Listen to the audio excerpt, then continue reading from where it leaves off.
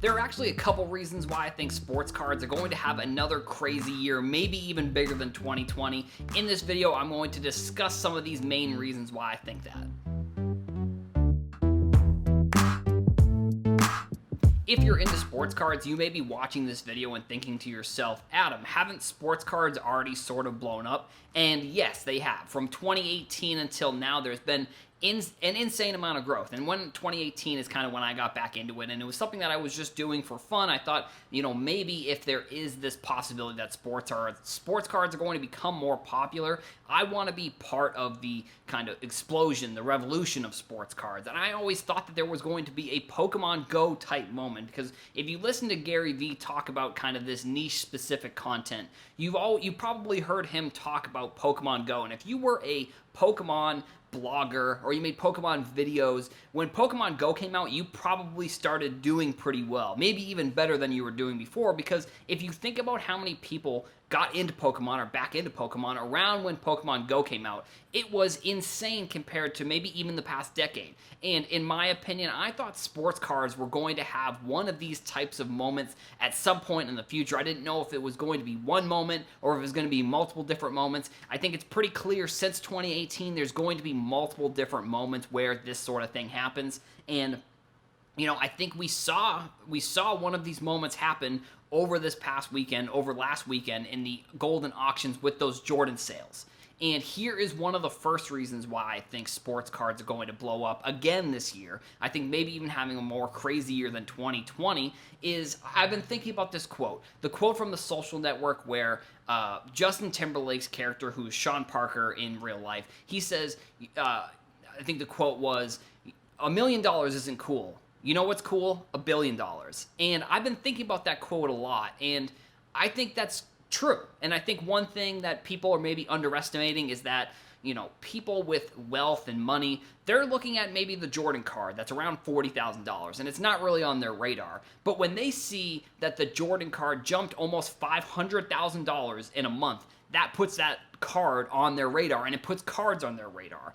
The card, maybe even at $250,000, isn't on their radar. Now that it's at almost $750,000, it's something that they're seriously going to look into. And this is sort of, my opinion. I don't really necessarily have any facts to kind of go off this. I just, from the fact that, we've seen so many new people get in and so many celebrities coming into the space and talking about sports cards. And, the Wolf of Wall Street was somebody who actually said that he was buying cards from Dan Fleischman, who owns the Coffee Breakers, the Cards and Coffee, which is a shop down in LA.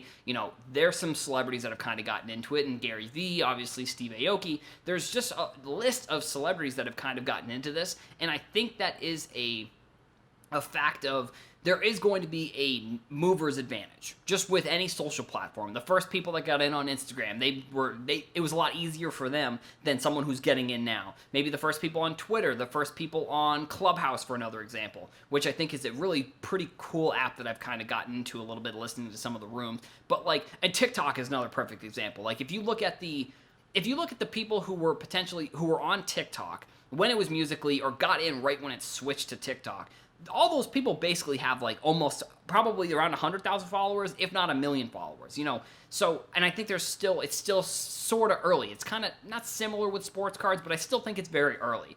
For someone like me, I'm almost at 10,000 followers on TikTok.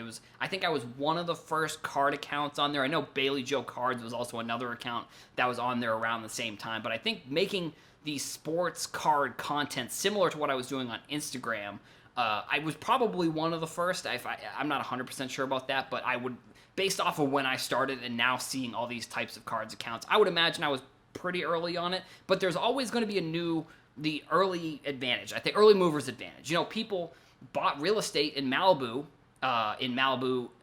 They bought real estate for cheap, and now it's expensive. And there's just going to be.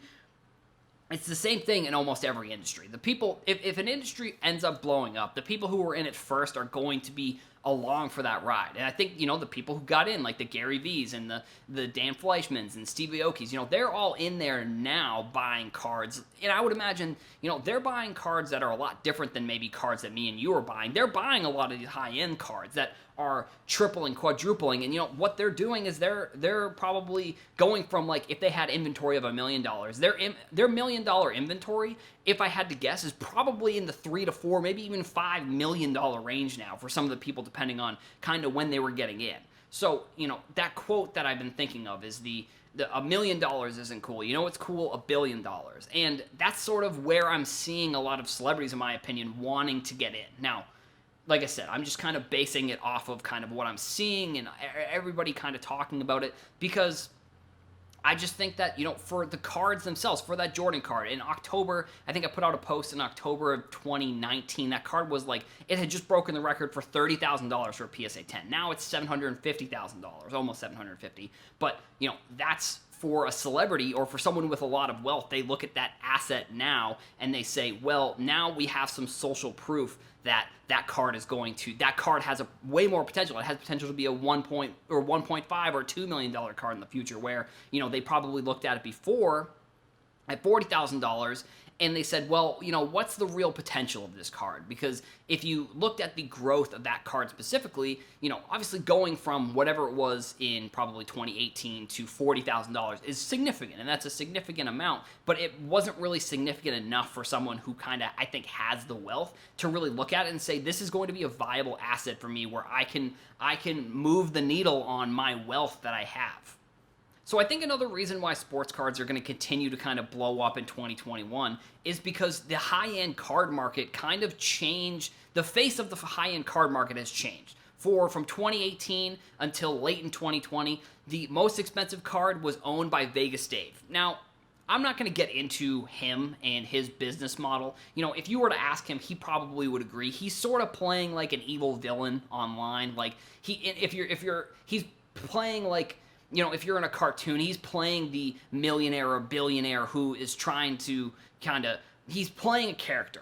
That's just I think that's correct. I don't know for sure, but if I had to guess, I'd say he's probably playing a character, because he's run his business sort of in this way where if he says something that a lot of people don't like, he knows that there is going to be, whatever, 5, 10, 20% of people that see a post that's a repost that do like what he says. So, he's okay with whatever the percentage of people who don't like him, as long as he's continuing to kind of grow his business. And, it's a viable business model. Like, if you're on TikTok, there's tons of people who, make off-color jokes and not jokes that are dark humor that aren't really, in my opinion, they're not funny, like but they have like 1 million followers. So it's just like, that's a way that they can run the business.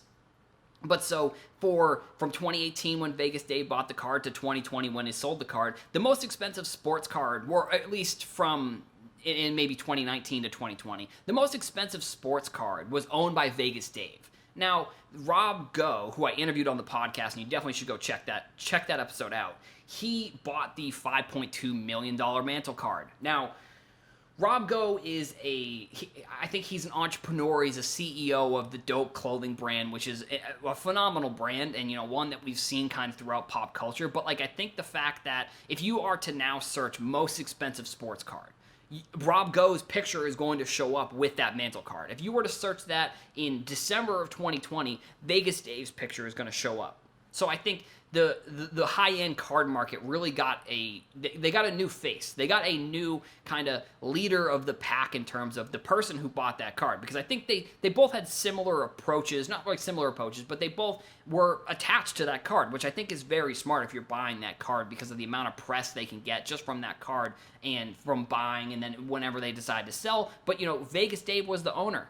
He was the owner of the most expensive sports cards, so I think there was people that probably looked at that and said, well, if that's the guy, is that the guy, that is buying and selling? Is he the persona of the person in sports cards? But now it's Rob Go who, runs definitely a different type of business. His ship is totally different than Vegas Dave. He is now the face of high-end sports cards. So I think people look at that specifically, and I think that's actually one of the main reasons why we're going to see more celebrities and more people get in maybe even more than just the fact that these Jordan cards are increasing astronomically. I think the fact that there is a new face of high-end cards is a pretty significant deal.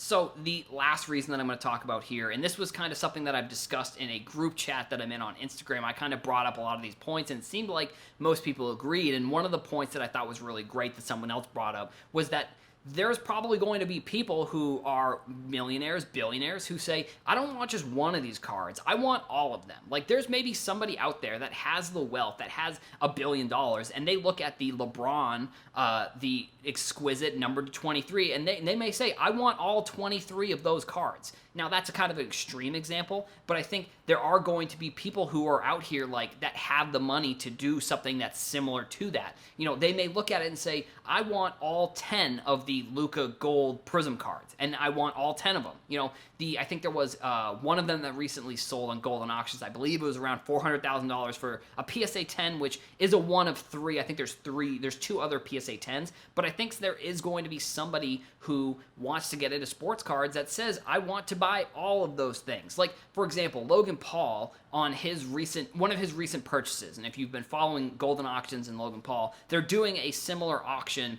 to what he did before with one of the first edition boxes. I think in the video he said that, and he may have been exaggerating, but I think this is a point that is accurate, and I think is one that is true.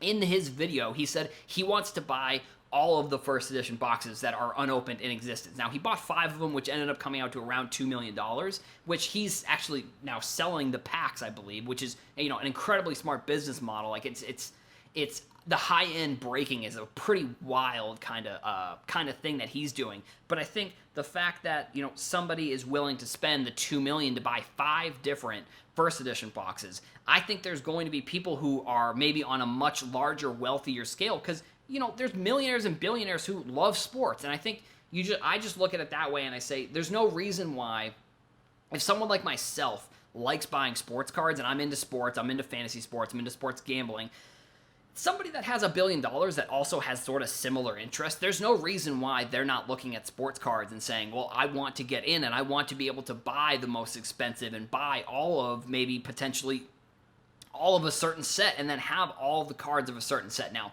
you know, I don't know if it's exactly the gold Lukas that someone would want to buy, but, you know, I just look at it and say someone with, like I said, $1 billion, and there is a decent amount of billionaires that have wealth in the United States. Maybe it's even someone like Mark Cuban. Maybe Mark Cuban looks at it and says, I want to buy all the gold Lukas, or I want to buy, you know, maybe all of the number 5 National Treasures Lukas. I don't think anyone would be looking to spend and buy all of the National Treasures number to 99. I don't know if it's even possible, but, like, that's just an example. And I think that isn't unrealistic for someone who has the money to buy all of these cards, especially when you think about it and you think that if they just buy all of them, they then have the control of what they want to either sell them at, or, you know, they have a significant portion of what that market ends up becoming.